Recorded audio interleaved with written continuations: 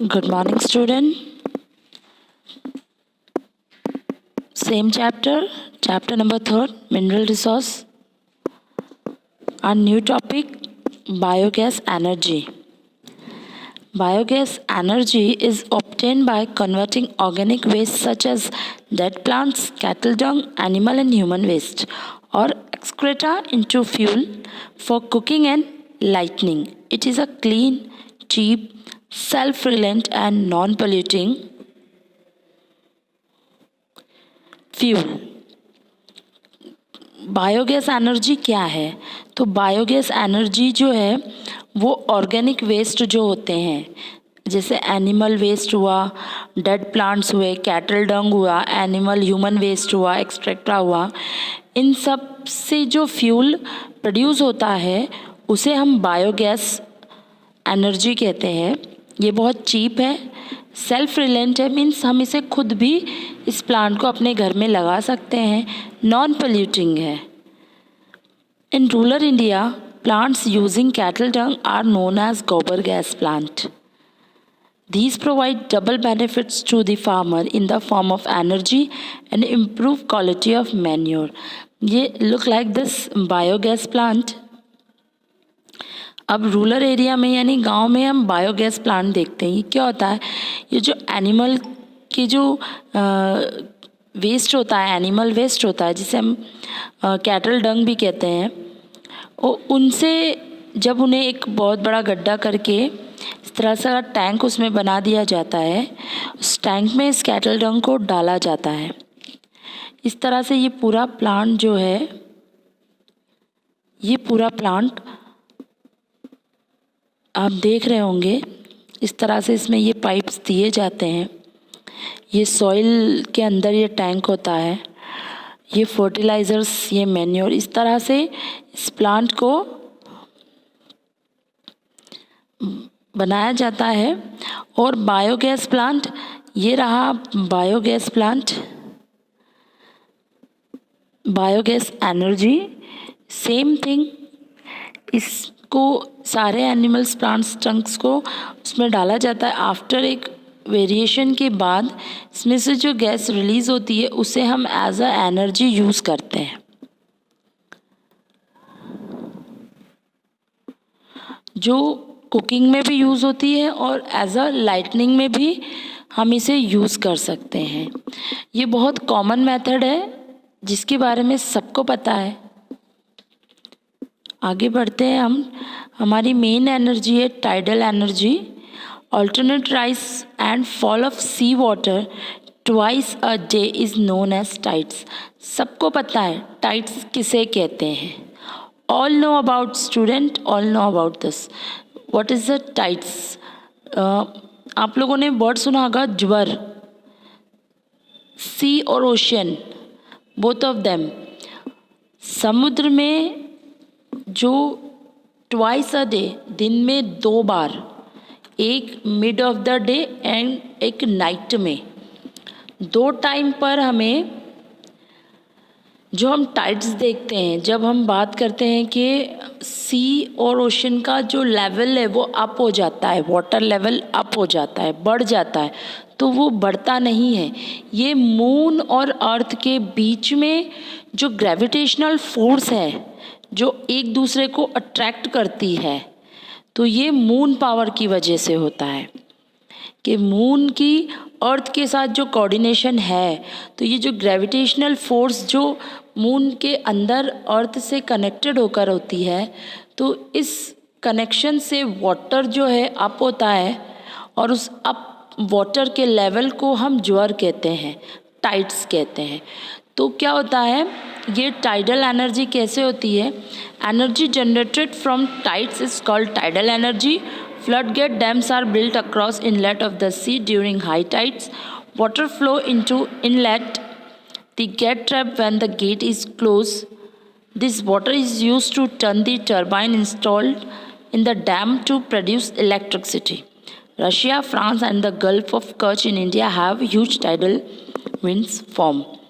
देखिए ये है टाइड्स ये है, ये दो फॉर्म है, tides come out and tides going. क्या होता है, ये इस फ्लो चार्ट में आपको समझ में नहीं आएगा, मैं बताती हूँ कि जब हम सी या ओशन के पास, जैसे रिजर्वायर, आप लोगों ने डैम्स देखे होंगे, तो ये टाइडल एनर्जी टू टाइप्स में बनाई जाती है।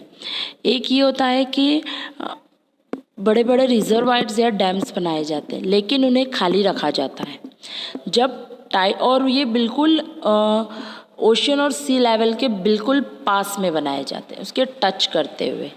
जब ओशन और सी में, जब सी में टाइड्स क्रिएट होती हैं, जैसे वाटर लेवल हाई होता है, तो वो जब वाटर लेवल हाई होता है तो वो मूव करता है आगे की तरफ। जब वो आगे की तरफ मूव करता है तो वो सारा वाटर जो है कलेक्शन होकर इस डैम्स में या रिजर्वायर में कलेक्ट हो जाता है। और जब टाइड्स कम हो जाती हैं, यानी वापस वो वाटर लेवल जो है नॉर्मल वे पे आ जाता है, तो क्या किया जाता है, इन डैम्स के गेट के सामने बड़े बड़े टरबाइंस लगाए जाते हैं। ये इस तरह से ये टरबाइंस लगाए जाते हैं, और फिर जब टाइड्स कम हो जाती हैं या नॉर्मल हो जाती हैं तो डैम का पूरा वाटर उन गेट्स को ओपन करके निकाल दिया जाता। तो जैसे ही वो प्रेशर, पानी का जैसे ही प्रेशर गेट के थ्रू खाली होता है, तो ये टरबाइंस जो हैं ये घूमने लगते हैं, और इनके घूमने से जो इलेक्ट्रिसिटी जनरेट होती है वो इनके अंदर आ जाती है। इसे हम टाइडल एनर्जी कहते हैं। दूसरा फॉर्म भी है टाइडल एनर्जी का, जो सिंपल है कि छोटे छोटे टरबाइंस इन डैम्स के आगे लगा दिए जाते हैं। जैसे टाइड्स आती हैं वो खुद एक प्रेशर में होती है, तो उनसे वो टरबाइंस घूमते हैं, और जैसे ही, और फिर वो जाकर डैम में कलेक्ट हो जाता है वाटर। और जब डैम का वाटर, जब टाइड्स कम हो जाती हैं तो डैम का वाटर भी खाली करके फिर से टरबाइन को घुमाया जाता है, यानी दोनों टाइम पर ही एनर्जी कलेक्ट की जाती है। तो ये टाइडल एनर्जी हुई। इसी तरह हम बात करते हैं जियोथर्मल एनर्जी की। It is related to heat and electricity produced by using the heat from the interior of the earth. The temperature in the interior of the earth rise as we go deeper. ये energy हम अर्थ की, देखिए हम अर्थ में जितना अंदर की तरफ जाएंगे उतना ही हीटिंग प्रोसेस बढ़ता जाएगा। सबको पता है, हम अर्थ के जितना डीप में जाएंगे उतनी ज़्यादा गर्मी, उतनी ज़्यादा हीट प्रोड्यूस होगी, उतनी ज़्यादा हीट महसूस होगी। तो ये जो एनर्जी है हम अर्थ की डीपर जो हीट है उसी से प्रोड्यूस करते हैं। वो कैसे करते हैं वो देखते हैं। In most part of the world, this energy is tapped from the hot springs. The steam is used to drive turbines and generate electricity. USA has the world's largest geothermal power plant. Other countries are Philippines, New Zealand, Iceland, Russia, and Italy. In India, geothermal power plants are located in Manikaran in Himachal Pradesh and Puga Valley in Ladakh. देखो क्या है ये geothermal energy.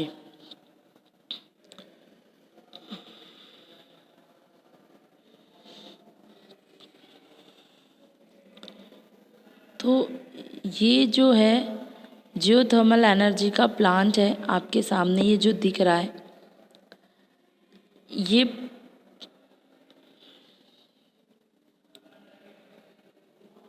ये जो plant है ये आपके सामने दिख रहा है। अब आपको ये कुछ भाप सा कुछ दिख रहा होगा कि ये कुछ धुआं बन से उठता दिख। क्या होता है इस एनर्जी में कि ये जो डीप अर्थ के अंदर पहले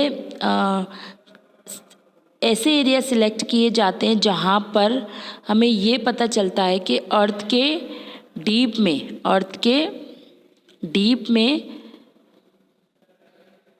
कुछ इतना हॉट प्रोसेस चल रही है। ऐसे तो हर तरफ है, लेकिन कई जगहों पे ये हमें ज़्यादा डीप में जाने नहीं पड़ता, ऊपर की तरफ ही कुछ ऐसी चीज़ें आ जाती हैं कि हमें लगता है कि यहाँ बहुत ज़्यादा हॉट है, और वहाँ से निकलने वाला जो वाटर है वो गर्म है।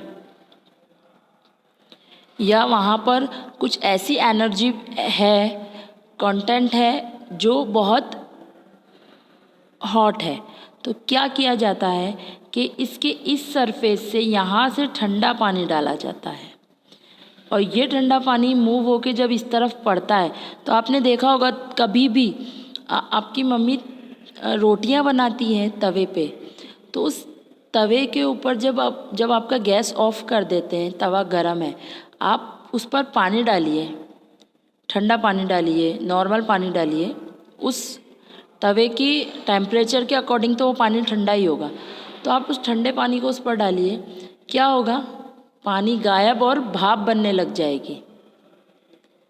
बिल्कुल भाप उड़ने लग जाती है ना, गरम चीज़ पे ठंडी चीज़ डालिए, फ़ौरन भाप की शक्ल में ऊपर उठती है।